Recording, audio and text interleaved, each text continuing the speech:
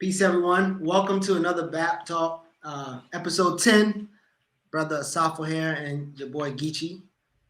We have a special guest, one who most of y'all know, but we'll let him introduce himself for the people who don't know this brother who we study and praise all the time. Go ahead and introduce yourself, brother. You are very kind. I'm very grateful for the invitation and to be here.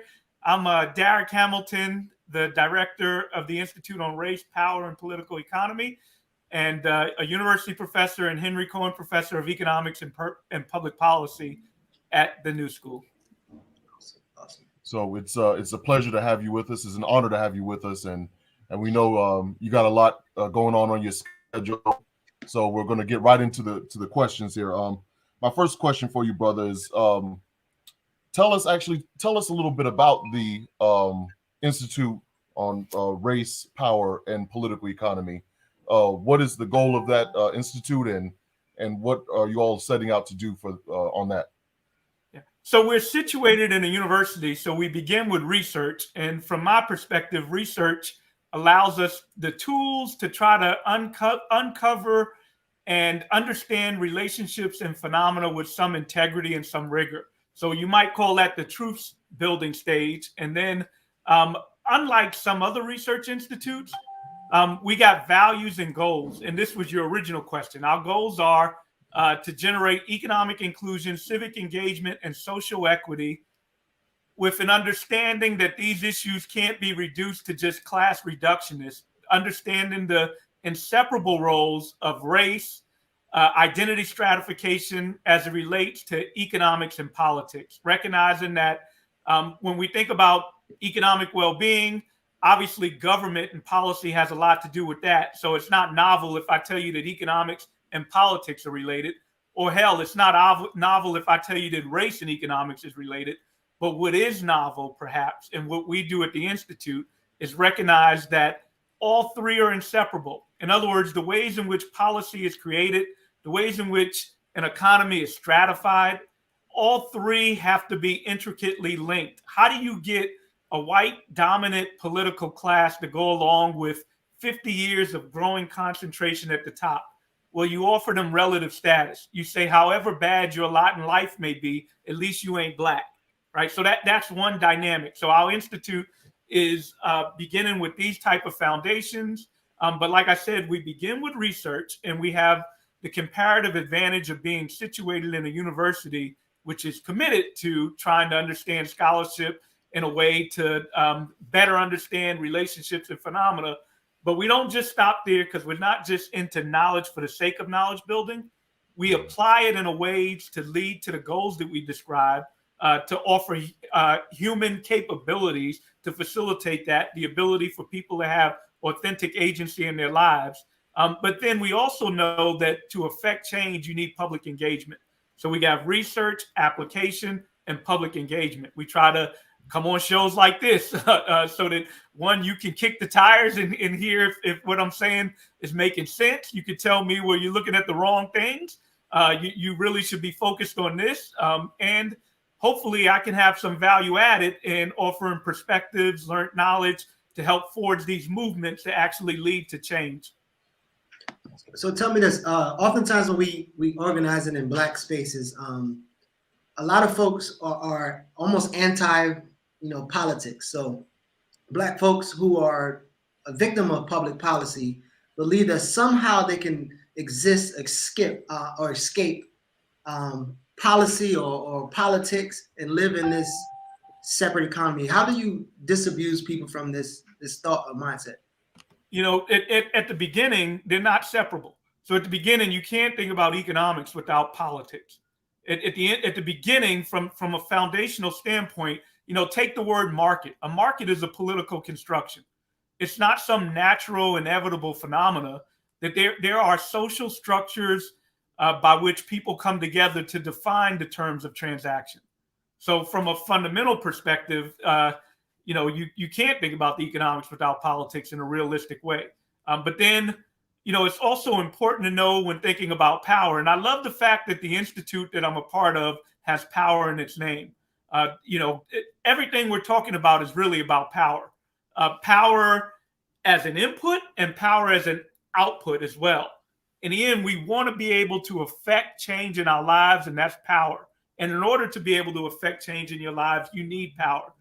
So one of the greatest tools that we have as a community is collective efficacy, is organization, is being able to take on problems in a collective way. And if that's not understood as politics, then I guess we need to do more to understand what collective power is and how it can affect change. In discussions regarding poverty and wealth, we're often told that conventional methods such as entrepreneurship, financial literacy, education, what have you, are the most effective. In your research, you've demonstrated how that's not necessarily true. Could you share that information with us? Yeah, and all the things you just described have an onus put on individuals. That if individuals were to have this spirit, this grit, this knowledge that they can affect change in their lives and rise up with social mobility to the cream of the crop and be part of the top. And you know what? That's a alluring narrative, right? That's an attractive narrative. From any fairy tale standpoint, we all want to believe that we got control. From a humanistic standpoint, you want to believe that you can affect change. And if I have children, I wouldn't tell them otherwise. I'm going to tell them to work hard and do all these things. But the reality from a structural point, at least as critical an ingredient, if not more, is resource itself, is power itself. However much ingenuity you have, when you engage in transaction with somebody with power, they have the ability to exploit and extract from you. It's not a fair, equal relationship. So we need power in order to benefit and implement our ingenuity, our grit, and our effort. So that's what I'm trying to get at. So that's one point. One point is it's a misnomer when you think about a relationship transaction to think that you can just do it when you engage in these without resource. But then on the other point, I'm a university professor, and you've heard me critique the narrative that all we need is education in the Black community and we'll be fine. Or for any population, all they need is education. So 2 points. Perhaps we have the causality wrong. When we look at the relationships between those with high levels of education and high outcomes, maybe it was the high outcomes like wealth that generated the high education. In other words, if I'm wealthy, I can buy access to a degree. If I don't have wealth, I can't. So first, let's think about the causality. Let me actually, I said 2 points, it's 3 points. The second point is that when we look across stratification by identity groups, you get this phenomena that ironically, race matters more at higher levels of social strata. So let me try to explain that a little more. If you don't have the characteristics by which to engage, then you are rendered somewhat non-competing. So I'm not making the case that low-educated Black people are better off than high-educated Black people. Clearly, that'd be an asinine statement to make. But if we look across race and we compare Blacks with low education to whites with low education, and Blacks with high levels of education to whites with high level of education, the disparities rise. And they rise in a functional way. If there's scarcity and I care about having the high rewards in society, well, there are 2 ways in which I can maintain that hierarchy. Render who has access to the characteristics that are competing. But then when somebody does get the characteristics, the second way is outright discriminate. So that's what I mean by race actually kicks into a higher gear when you have more resources. And it makes sense if you structure society in a hierarchical way. And then the last point, and I'm sorry if I'm long-winded. No, it's fine. The last point that I'm trying to get at is, education in and of itself as a reason to invest in and ensure everybody has access to from grade school all the way through college with empathetic teachers and a relevant curricula is in and of itself as an outcome worth doing. In other words, we don't need the explanation that education generates wealth or income as a motive to invest in education. The ability to be able to critically think and to synthesize information into big ideas is a human is a human endeavor that we certainly have enough resources and enough wherewithal and enlightenment that we should ensure that to everyone, period. So I want you to follow me here. So as an economist, when you scan history, a lot of times we talk about Black Wall Street, Jonesboro, Louisiana, things like that, and oftentimes we claim it as thriving or prosperous place, but in reality, some of those places have high economic equalities, right? So majority of the people in Tulsa or Greenwood was working class or poor and working for white folks. As an economist, how do you go and begin to like disabuse people from some of these models that they want to go back to, given the current economic political conditions that we're in right now? Right, and this is also part of the human psyche of narratives of romanticizing the past, of recreating a nostalgia of what things were. Anecdotally, when I look at basketball and they talk about the 80s, and I'm a product of basketball in the 80s, and they try to look at the athletes today and say, oh, they got it easy. Nah, I would disagree. I think that's a romance. Basketball was great in the 80s, but I think these young athletes today are doing things that I didn't see done in the 80s, for example. And that was just meant to be a little bit of a joke and levity in the program. But it has never been the case that Black people en masse have had political and economic power in the United States. It has never been, if we look at a dimension like wealth, it has never been the case that we have had a modicum of wealth that was empowering. So we romanticize the past. Now, there are communities in which there was relatively higher levels of well-being and resources than other communities. And there are examples of when those communities became a threat to the existing hierarchy that was pervasive of white supremacy, that there was a political and even economic sometimes backlash with even the use of violence and force to tear them down.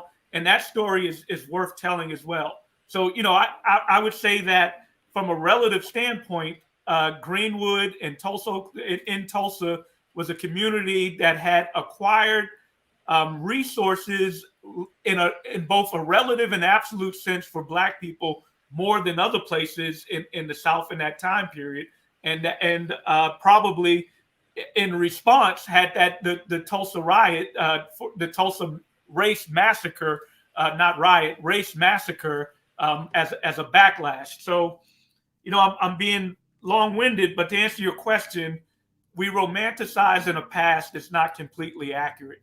And indeed, I wish even the labeling of Tulsa as Black Wall Street gives a preference towards finance in a way that is complicit in the notion of some of the American dream narrative of, some of the other things that took place in that community was we had bakeries, we had carpenters. There were other aspects of work, occupation, and human development well beyond finance, and probably more emphasized outside of finance. And that calling it Black Wall Street is almost an intentionality that doesn't give a complete, accurate depiction of what it was.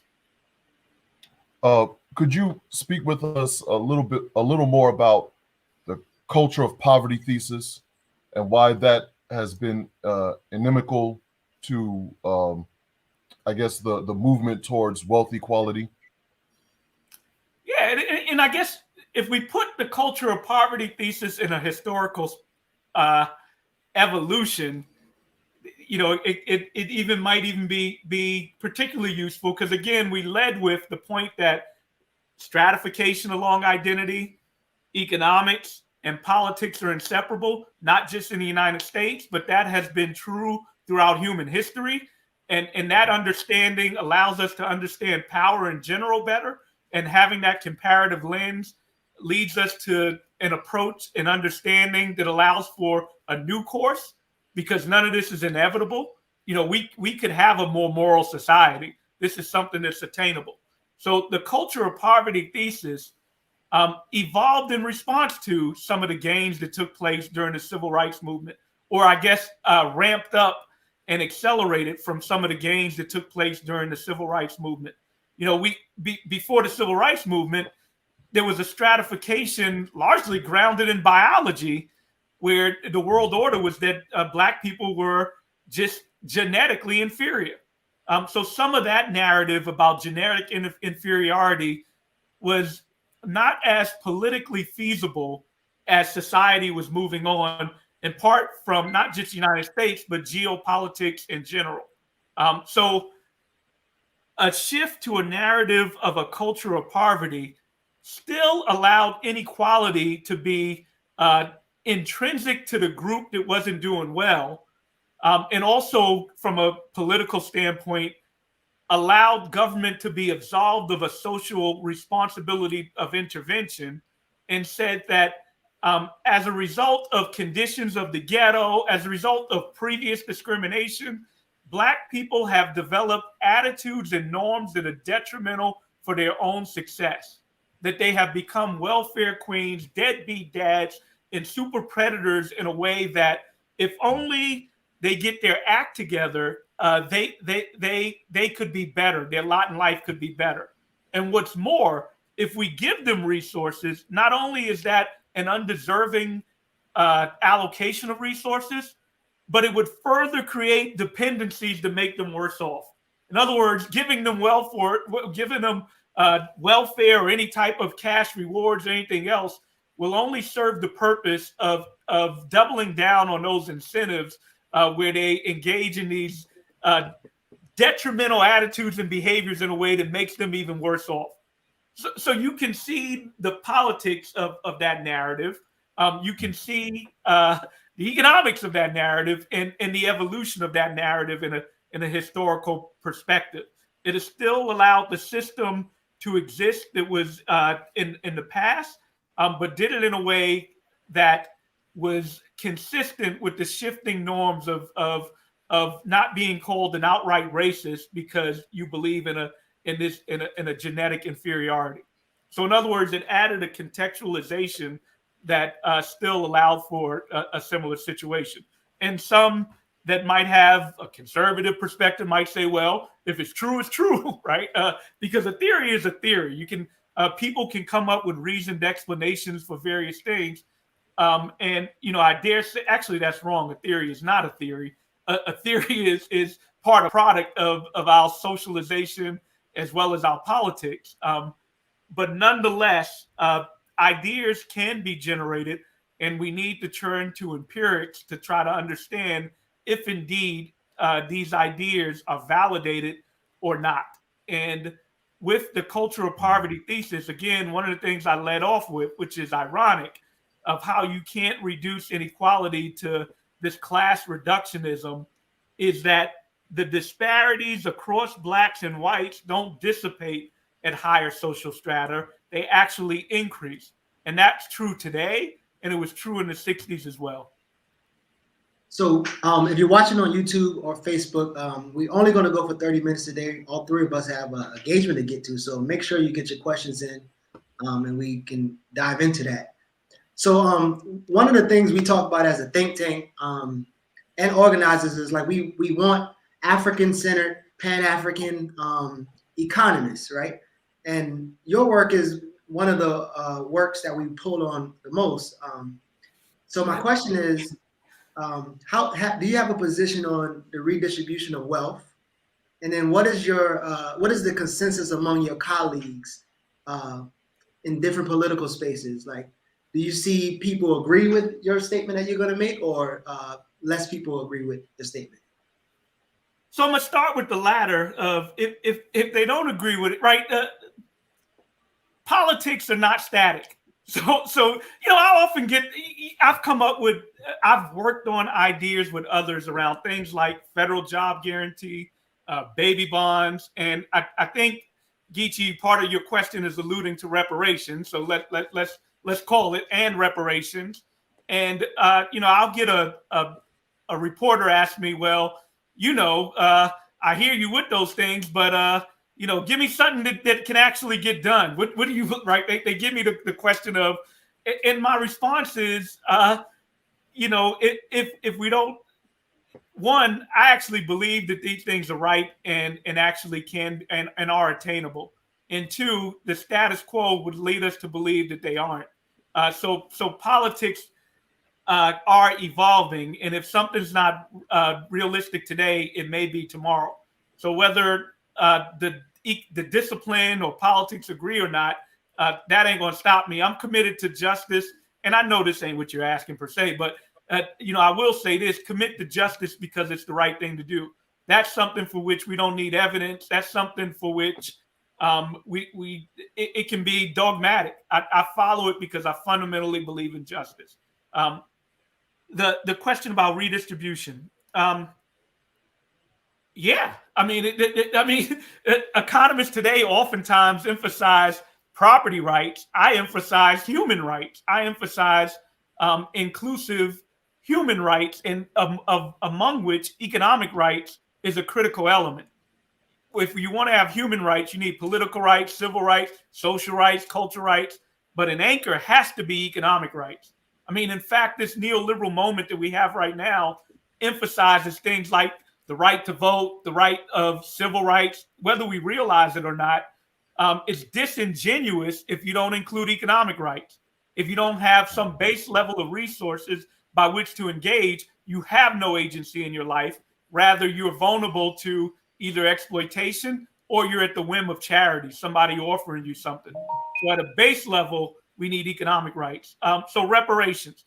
Reparations is a just policy. Reparations recognizes that even if you want to emphasize property rights and you want to come up with a society that says that government should protect what's been accrued by people and allow them to maintain it and utilize it and make transfers to their offsprings, then you are immoral if you don't recognize that the contemporary distribution of resource and power was born about from things that were highly problematic, like slavery, and I don't even have the right word to describe it, but wretched.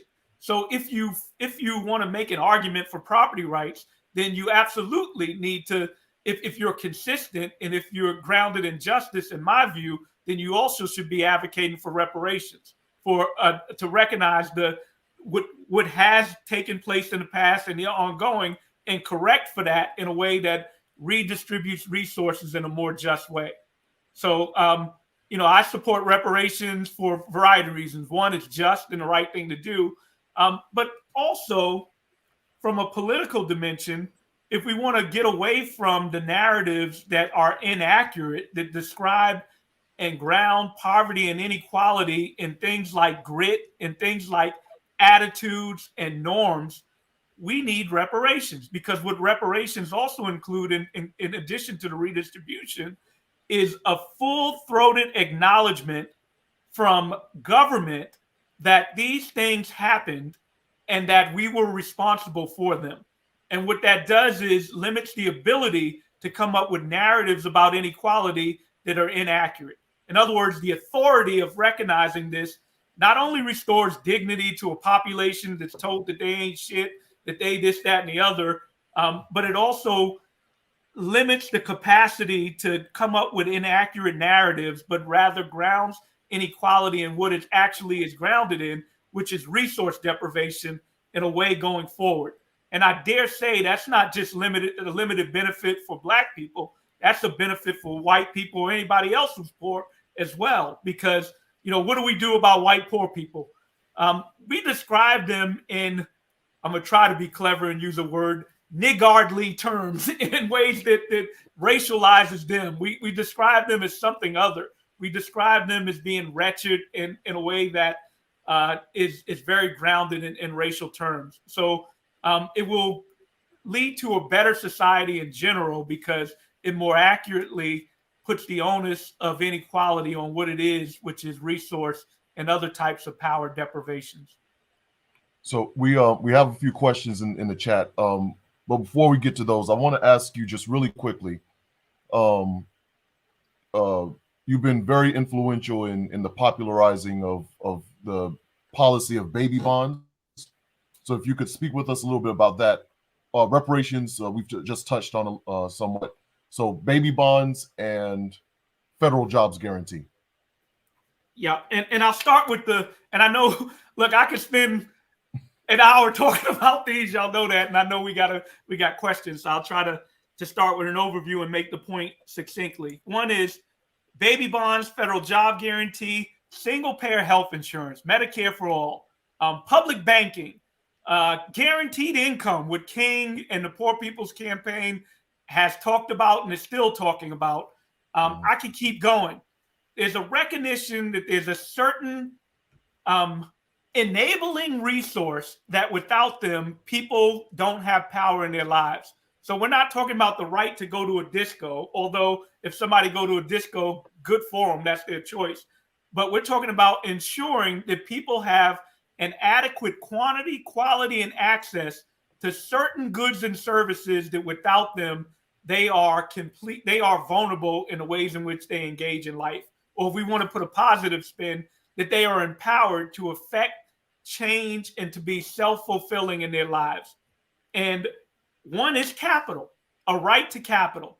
Baby bonds is a birthright to capital. It's saying that the ways in which wealth is generated is it is wealth that begets more wealth, that it is being able to be a homeowner as opposed to a renter at an early stage in your life, being able to be an entrepreneur as opposed to a worker, being able to have a debt-free college education so that you can get into a managerial or professional job, that these are the groundings for people to build wealth. And there might be others, but all of these require capital.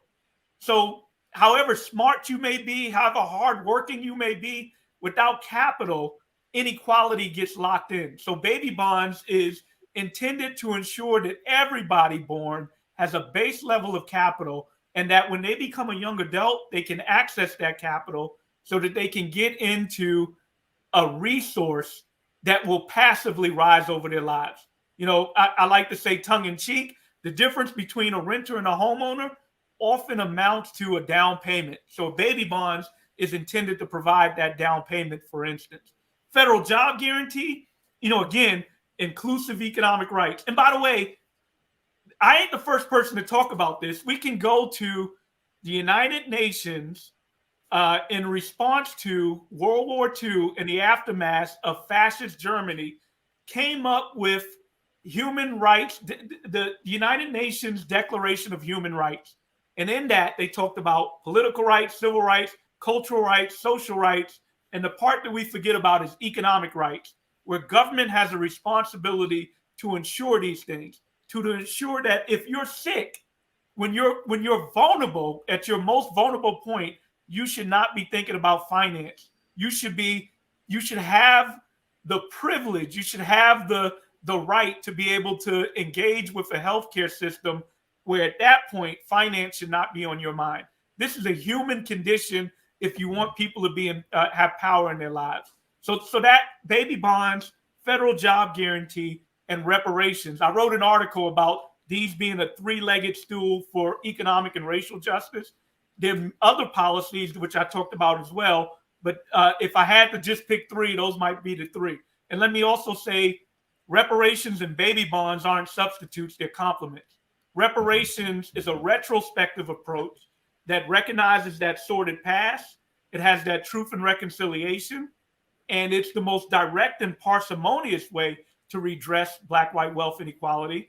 But even if we did, going forward prospectively, the way capital consolidates and iterates and exclude others, we would end up in similar or other types of stratifications that would be immoral, whether it's based on race or whatever, going forward. So baby bonds in a prospective way ensures that as a birthright, everyone will have capital, access to capital. And it's race conscious because it is the dimension of inequality that's most pronounced. You know, and again, historical perspective, we've made improvements between Black-white inequality in domains like income, in domains like education. Indeed, some of the education gap continues to narrow. Now, mind you, the income gap became stagnant around the mid-70s, but from 1940 to about the mid-70s, huge reductions in black-white income. Unfortunately, with the onset of neoliberalism, that gap hasn't really reduced at all. But I'm losing track of my point. That's terrible. I think the point was, as it relates to wealth, we haven't. And if you want to pick a dimension of class that's most that has the most impetus of redressing wealth inequality, it would be wealth. And that's what makes baby bonds a race conscious type program or an anti-racist program. Okay, so we're exactly at 12:30, and we promised you we would get you out by 12:30. So we're gonna adhere to that. So well, I don't have to be a jerk. Maybe we'll take 3 questions if that's cool, unless y'all got to go too. So Geechee, how you want to do this? Yeah, we can do a couple of questions from the comments. So, Okay. you go ahead and pick a question first. Okay, so Brother Diallo, who we've had on our show as well, he asked the question, and I'll read it to you. If being higher in the racial hierarchy than blacks is the reason whites accept concentration of wealth, how do you explain the wealth concentration in white societies and systems prior to colonization, enslavement, and in homogeneous white societies? Yeah.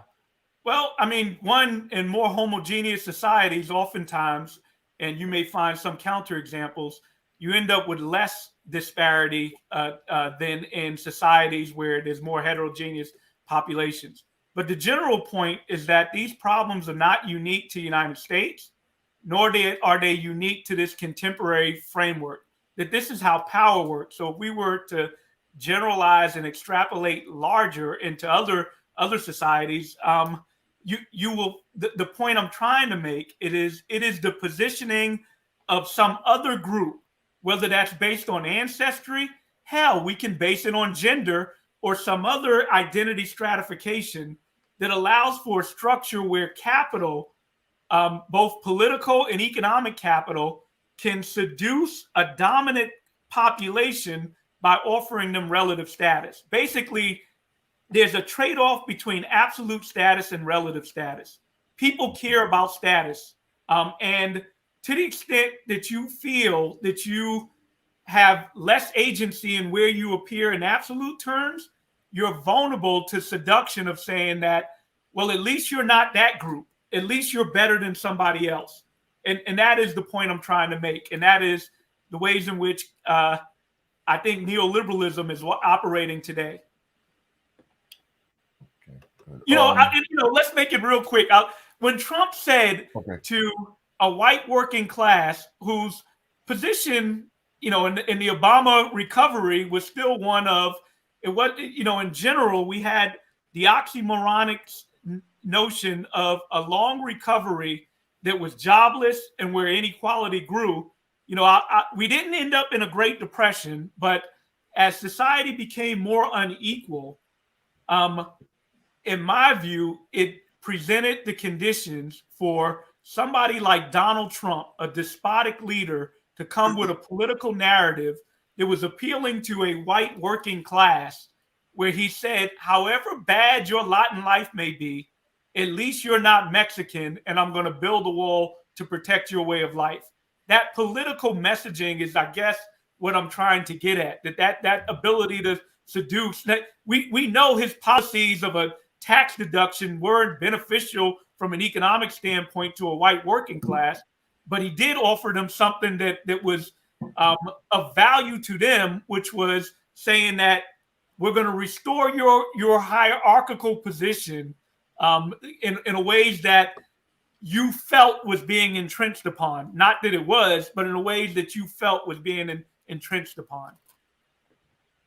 So I saw Jared just show up late. By the way, he done Jared, man, what's up? Sorry, he done walked himself into a debate with a Bitcoin guru tomorrow. So he gonna be all right. Go ahead. So Brother Kamari, he's asked the question.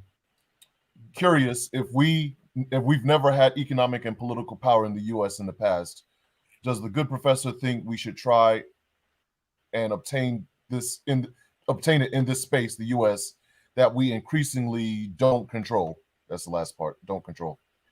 And I guess I got to be careful because I did say that, but it was a little bit hyperbolic. There have been times in which we've had more political efficacy than others. The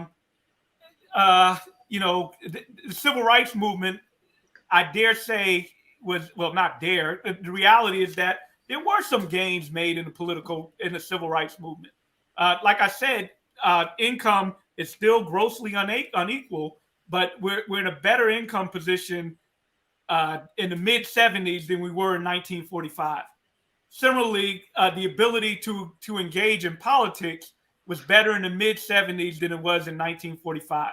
So there are examples of cases in which Black people have been able to exert power. So we're not a powerless population, but en masse, that's the point I'm trying to make. That for the most part, from economic and a political position, Black people have never really had power in this country en masse. But I hope I'm not portraying a pessimistic view that we can affect and have impact on our destiny. But I am, in the spirit of Jared, who I saw just come on, also making the case that from an economic standpoint, there are gross limitations on this self-help approach by just thinking in terms of commerce as a way to change our economic condition en masse. That ultimately, in my view, our biggest power comes from collective efficacy, which is through the means of politics, not exclusively through politics, but that would be one of the greatest places by which we can affect change and impact our destiny. One last question, and I promise we'll let you go. So the SB Build Back American plan will only benefit white people, all set for union jobs. We don't own any construction companies, etc. What are your thoughts on the Build Back Better plan? And would it be beneficial to Black people in any way? I mean, I think the answer is yes. It will be beneficial to Black people in some ways. Is it going to fundamentally, in and of itself, change the direction of inequality in our society? No, it's not enough. But let me start with some good news and then maybe some bad news. Because again, I think we need to also recognize some places where we can build upon and also demonstrate that we do have some power to affect change. Let's take the child tax credit. The child tax credit will lead to some benefit, $300. If we were able, now we know that it's on the chopping block and right now might not be passed, but hypothetically, if we were to have a permanent child tax credit of offering people $300 a month, for the most part, everyone who has a child, obviously they're cutoffs after you make $100,000, that will have demonstrable benefits to the Black community as well as others. But what I'm trying to get to is that the fact that we're in a political moment where we can even have a conversation about government using the tax code in a way that sends resources directly to people.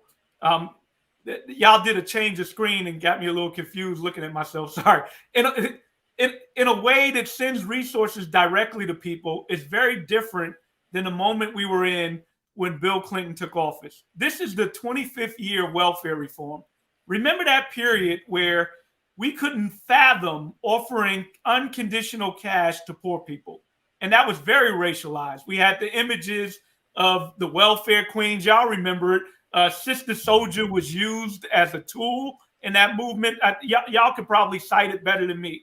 So I dare say that there's at least some momentum that we can build upon. That again, something like sending money directly to people wouldn't even be fathomable. I hear the questioner's point, which is we certainly need an anti-racist lens when we think about policy. And I'll define what I mean by anti-racist. And I'm not the first to talk about this, but in the design and implementation of policy, even if they're inclusive economic rights, they need to be intentionally inclusive. In other words, we need to be intentional to ensure that by how we design and how we implement policies, Black people will be included. So I've referenced the past as well, and I referenced the United Nations Declaration of Human Rights. We know in that period in our in the history of the United States, we had things like the New Deal, where Social Security was implemented. So, for example, when we first implemented Social Security, we did it in a racist way. And I know your audience is pretty familiar with that. There's some people that agricultural and domestic workers were excluded from that legislation. Well, that was intentional. It was intentional in its design because over 90% of Black women engaged in work were employed as a domestic or agricultural worker, and over half of Black men. So it was designed to exclude Black people. With a lot of the other New Deal implementation of policies like the GI Bill, it was left to the local administration of those policies. And we know that not just the South, but America, especially on a local level, was very racist in how they implemented policies.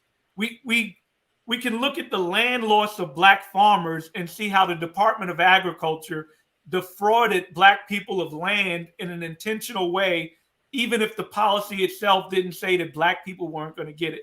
So that's why I say by design and implementation, to reverse the wrongs of the past, we need to be intentionally anti-racist. The policy that's explicitly race-based is ultimately reparations. Okay, so we'll stop with the questions there. That's exactly 3 questions, and we just want to express our appreciation. How can people get in touch with you? So if you want to go to Twitter, what is it? My Twitter handle is @Darrick Hamilton. By the way, I'm gonna say something a little embarrassing. Well, it's humorous and embarrassing. Why can't I get a blue dot on Twitter? I don't get no blue dot. Other people do. Damn it, I got a good amount of followers. You got to go reach out to your brother Charlemagne to get on that, man. All right, I want my blue dot. But yeah, thank you, man. Thank you for your time, and I know you got to get to your next engagement.